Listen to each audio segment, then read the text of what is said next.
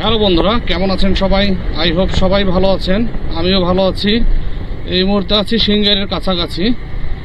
আজকে ঢাকার দিকে যাচ্ছি। প্রচুর গরম, গরমের মধ্যেই রাইড করতে হইতেছে বাধ্য হয়ে, তাছাড়া আজকে বের হইতাম না। মানে এখন যে ওয়েদার, এই ওয়েদারে রাইড করাটা খুব কঠিন ব্যাপার হয়ে দাঁড়ায়। অলরেডি 40+ টেম্পারেচার, আর একদম দুপুরবেলায় বলা চলে আর কি। আফটার লাঞ্চ বের হইছি, তো এতটাই গরম লাগতেছে, তারপরে রাইডিং গিয়ার টিয়ার পরে মানে রাইড করা অস্বস্তি লাগতেছে একটা।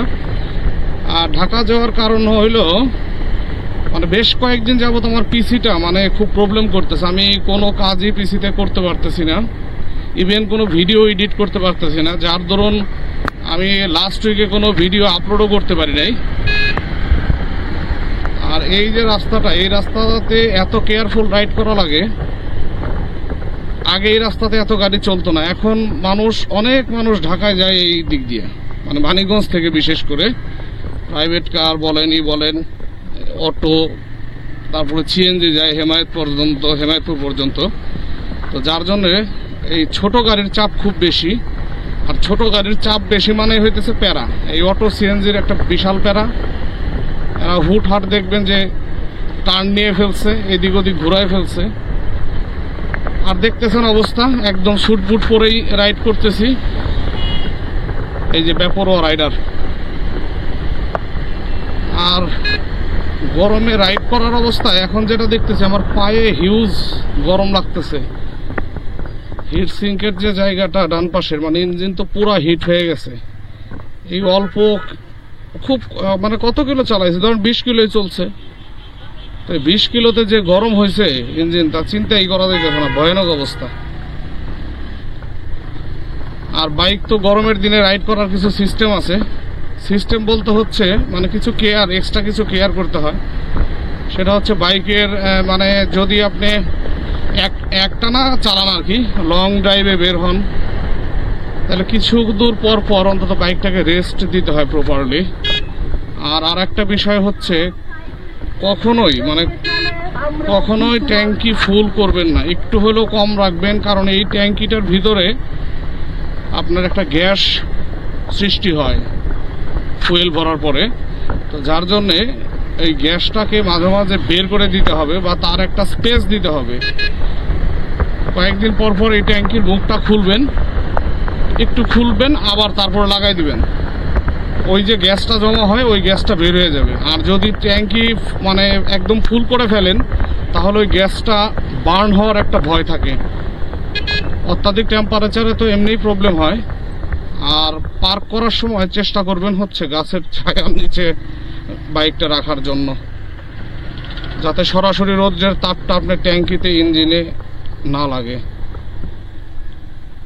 আর এইদিকে যে দেখেন, এই যে ছোট ছোট বিটগুলো, মানে একটা বিরাট পেন এই রাস্তায়।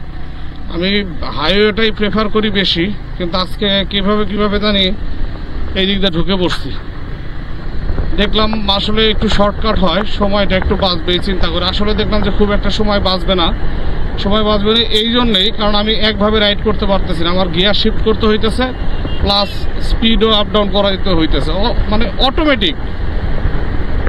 এই যে 60-70-তে আসি, বাস চলতেছি অল্প, ধরেন হাফ কিলো যাওয়ার পরে আবার আমার স্লো করতে হবে। আমি 80-র উপরে যাইতেই পারতেছি না। আর 80-র উপরে যাওয়াটা এই রোডের জন্য খুবই ঝুঁকিপূর্ণ, মানে মারাত্মক ঝুঁকিপূর্ণ হয়ে দাঁড়ায়। মাঝে মাঝে দুর্ঘটনা ঘটে। এই যে দেখেন অবস্থা, এই যে অবস্থা দেখেন, এই যে ওভারটেক দেখেন অবস্থা। কে কারো ওভারটেক করবে? মানে এই রোডটাতে কোনো শান্তি নাই।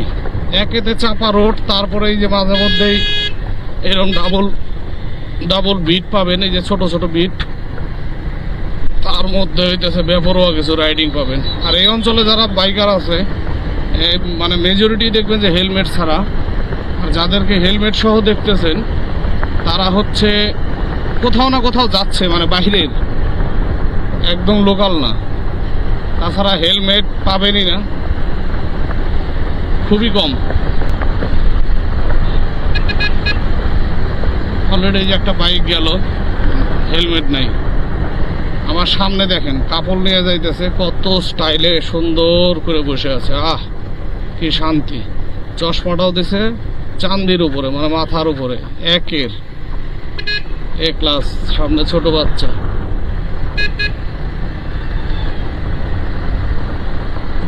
মানে ভয় ডর নাই। তো যাক, সবাই উপরওয়ালা সেভ করুক, এটাই বড় কথা। পায়ের কাছে গরম লাগতেছে বেশি, মানে ইঞ্জিনের টেম্পারেচার অনেক বেশি হয়ে গেছে। মানে আমার তো বাজাজের এই অ্যাভেঞ্জারটা হচ্ছে এয়ার কুলড ইঞ্জিন, যদি লিকুইড কুল বা ওয়াটার কুলড হইতো তাহলে আর একটু ভালো হইতো। এয়ার কুলড ইঞ্জিন তো বাইরের এয়ার তো হিট ওয়েভ জানেনই, চলতেছে রেড অ্যালার্ট বাংলাদেশে। তো এই অত্যাধিক গরমের যে বাতাসটা আসে এতে ইঞ্জিন ঠান্ডা হচ্ছে না, সময় অনেক বেশি লাগে।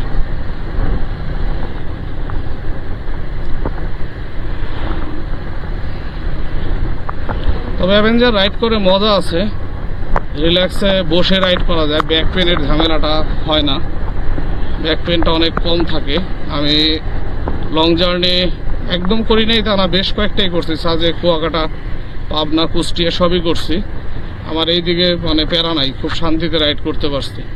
হিমায়তপুর চলে আসছি, সিংহের রোড থেকে বের হয়ে ঢাকার যা মহাসড়কের ঢাকার দিকে যাচ্ছি। ও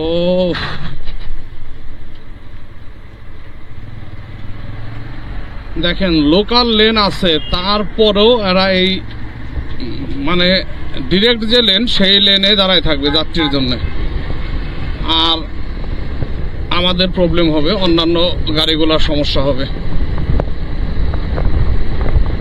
5 মিনিটের একটা ব্রেক দিছিলাম, যদিও 5 মিনিটের ব্রেকে কিছু হয় না, মানে আমি একটু পানি টানি খাইছি, কিন্তু গাড়ি প্রপার যতটুকু ঠান্ডা হওয়ার প্রয়োজন ততটুকু হয় না।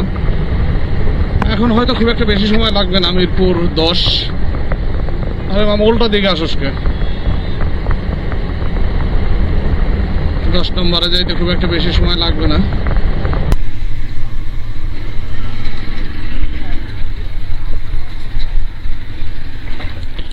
সেই কাঙ্ক্ষিত জায়গা মোটর ট্রাভেলার।